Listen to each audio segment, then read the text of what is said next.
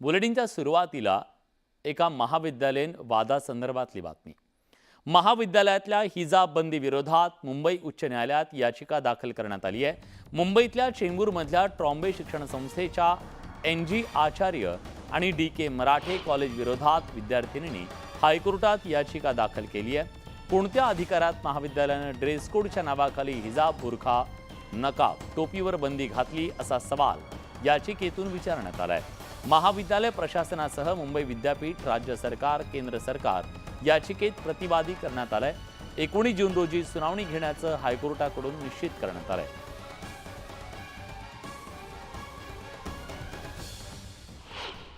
Principal से जब बात हुई थी उन्होंने तो साफ साफ मना कर दिया था इस बात पे जाने के लिए, और हमने कहीं भी अपने कॉलेज टीचर से बात की कि मतलब वो हमें सपोर्ट करे, लेकिन वो भी क्या करे, प्रिंसिपल क्या, जब प्रिंसिपल का रूल आ गया तो वो भी मजबूर है। वो हमने पहले जितनी कोशिश करना थी वो हम लोगों ने किए, उसके बाद भी कोई सॉल्यूशन नहीं मिला, तब हमने हाई कोर्ट का रास्ता तय किया। और ये हम लोग को नकाब उतारना ये हम लोग के लिए कोई मामूली बात नहीं है, इसीलिए ये मुद्दे को हम कोर्ट तक लेके जा रहे हैं। प्रिंसिपल से बात हुई, मैनेजमेंट से बात हुई, पर वहाँ से कुछ आउटकम ही नहीं आ रहा था अच्छा कुछ, कि हमारे हक में कुछ आए।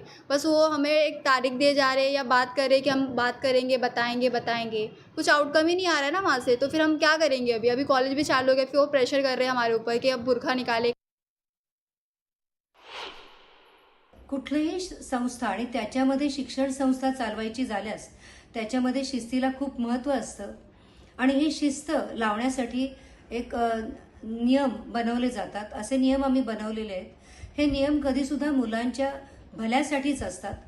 त्याप्रमाणेच हे सुद्धा नियम जे आहेत ते मुलांच्या भल्याचे आहेत आणि कुठल्याही तऱ्हेने कुणाच्याही धार्मिक भावना दुखावण्याचा आमच्या महाविद्यालयाचा या नियमांच्या पालनामध्ये हेतू नाही। तर कर्नाटक हायकोर्टाने हिजाबच्या विरोधात जजमेंट दिली होती, पण हे जेव्हा ते सुप्रीम कोर्टमध्ये चॅलेंज झाला होता तर सुप्रीम कोर्टमध्ये पण स्प्लिट डिसिजन झाला। स्प्लिटचा म्हणजे हे की एक जजने अशी डिसिजन दिला की हायकोर्ट जे सांगतायत ते बरोबर सांगतायत, पण सुप्रीम कोर्टचा डिव्हिजन बेंचचा दुसरा जजनी हे सांगितलं की हायकोर्टचा डिसिजन बरोबर नाहीये। तर काही इम्बॅलन्स, डिसबॅलन्स हा इश्यू मध्ये आहे। दरम्यान मार्च 2022 मध्ये कर्नाटकात शाळेत विद्यार्थिनींनी हिजाब घालण्यावरून वाद निर्माण झाला। या संदर्भात हायकोर्टात अनेक याचिका दाखल झाल्या।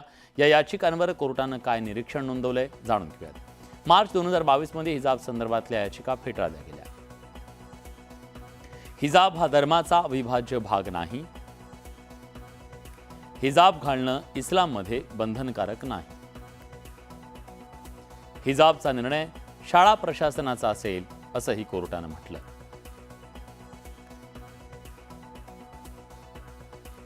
शाळा कॉलेजमध्ये धार्मिक प्रतीक कशाला हा सवाल आहे। गणवेश हे शिस्तीचं प्रतीक आहे।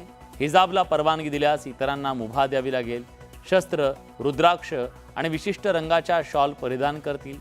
कपाळावरच्या गंध, अंगठी, गंडेदोरे घातले जातील।